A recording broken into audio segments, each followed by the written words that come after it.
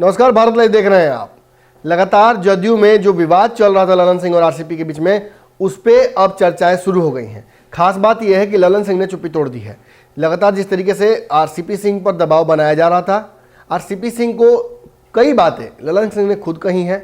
ललन सिंह ने उत्तर प्रदेश के चुनाव से लेकर बिहार में जो वर्तमान भाजपा और जदयू के बीच लड़ाई चल रही है, उन सब के लिए आरसीपी सिंह को बिना नाम लिए जिम्मेवार ठहरा दिया। यहाँ तक कि ये भी कह दिया कि आरसीपी सिंह को जिम्मेवारी थी कि वो भाजपा से बातचीत करें और हमारे भाजपा के बीच रिश्ते को सुधारें, और साथ ही साथ उत्तर प्रदेश में सीटों के समीकरण को भी वो जाके खुद निश्चित करें। लेकिन चूंकि अंत तक उन्होंने हमें ये कहा कि हमारी बातचीत हो रही है भाजपा से, इसलिए हमने कोई वैकल्पिक डिसीजन नहीं लिया।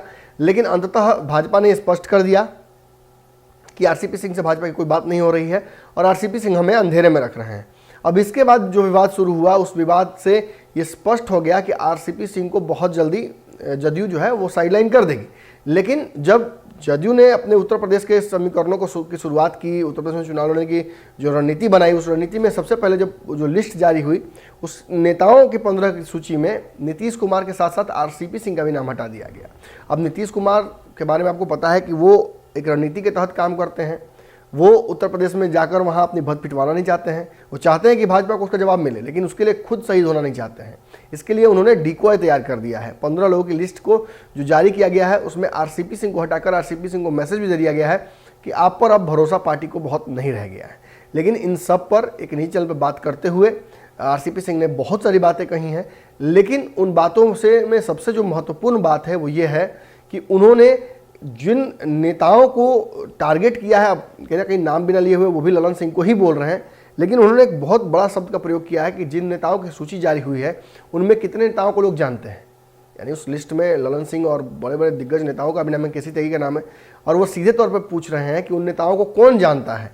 और उससे भी बड़ी बात है कि वो ये कह रहे हैं कि हमें 2025 तक सरकार चलानी है, हमें मैंडेट उसका मिला है, तो सरकार चलानी है तो उस हिसाब से हमें काम करना होगा।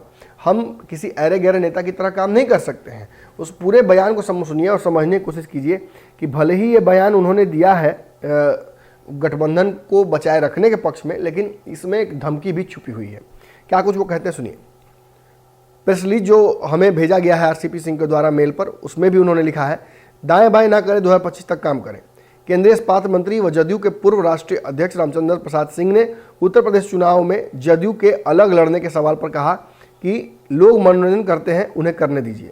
बिहार की जनता ने 2020 में 25 तक उन्हें काम करने की अवसर दिया है। साथ ही एनडीए ने बिहार के लिए काम करने का संकल्प लिया है। मुख्यमंत्री नीतीश कुमार के नेतृत्व में एनडीए को काम करने के लिए बैठाया गया है और हम वही काम करेंगे। बीच में किसी को दाएं बाएं करना हो तो वो कर सकते हैं। श्री सिंह ने कहा कि हमारे जो शुभचिंतक हैं, जो सपोर्टर हैं, उनको क्या लगेगा, जिन्हें भजन कीर्तन और कव्वाली करना है वो करते रहें। उन्हें जो काम दिया गया है हम ईमानदारी से करते हैं। उत्तर प्रदेश में चुनाव प्रचार के लिए आरसीपी सिंह का लिस्ट में नाम नहीं होने पर आरसीपी सिंह ने कहा कि लिस्ट में 15 लोगों का स्टार प्रचारक में नाम है। उनमें आप कितनों को जानते हैं? ये सब लोग सक्षम हैं, ये सब चलता रहता है, जीवन लंबा है, धैर्य रखें। उन्होंने कहा कि जदयू में नेता नीतीश कुमार और उनके अनुसार सब लोग काम करते हैं। सबको उनके नेतृत्व में काम करने के लिए ही जनता का जनादेश मिला है। सबको जनता ने फैसला का सम्मान करना चाहिए। बिहार में एनडीए एकजुट है और आगे भी एकजुट रहेगा। उन्होंने कहा कि एनडीए में जिनको जो दायित्व दिया गया है वो उनको निभाए, मैं वही कर रहा हूं। और बिहार की सरकार की बात जहां तक है, वो 2020 में ही हमें मैंडेट मिल गया है। नीतीश कुमार के कहीं ना कहीं नेतृत्व में हमें 2025 तक काम करना है। और ये इस बात को जब एम्फेसाइज वो करते हैं तो कहीं ना कहीं इस बात का भी एहसास हो जाता है कि वो इशारों में पूछ रहे हैं कि क्या ललन सिंह और नीतीश कुमार को 2025 तक सरकार चलानी है? क्या 2025 तक सरकार चलाने के हक में हैं ये दोनों, या फिर जिस तरीके से दाएं बाएं करने की कोशिश कर रहे हैं ललन सिंह? बार बार खबर आ रही है कि आरजेडी के तरफ सॉफ्ट हो रहे हैं। ये भी खबरें आ रही हैं कि बड़ा आंदोलन जो जदयू करने जा रही है विशेष राज्य के दर्जे के लिए, उसमें तेजस्वी का भी साथ मिलने जा रहा है। जातिगत जनगणना पर तेजस्वी यादव के साथ खड़ी है। ऐसी स्थिति में ये आरसीपी सिंह की तरफ से एक धमकी ही है कि अगर दाएं बाएं करने की कोशिश कीजिएगा तो 2025 से पहले ही सरकार आपकी गिरा दी जाएगी। अगर ये वीडियो पसंद आई और वह बिहार के राजनीति और बिहारियत से सरोकार रखेनी तो सब्सक्राइब बटन दबा के चैनल के सब्सक्राइब कर ली। ओजे एगो घंटी बा, ओकरा बटन दबा देला से कुल सटीक और मारक खबर रुआ मुफ्त में मिल जाई। अगर रुआ पत्रकारिता के हमनी के नया प्रयोग में सहयोग कर चाहतानी तो ज्वाइन बटन दबा दी। पेटीएम नंबर नोट कर ली 9386816700। धन्यवाद।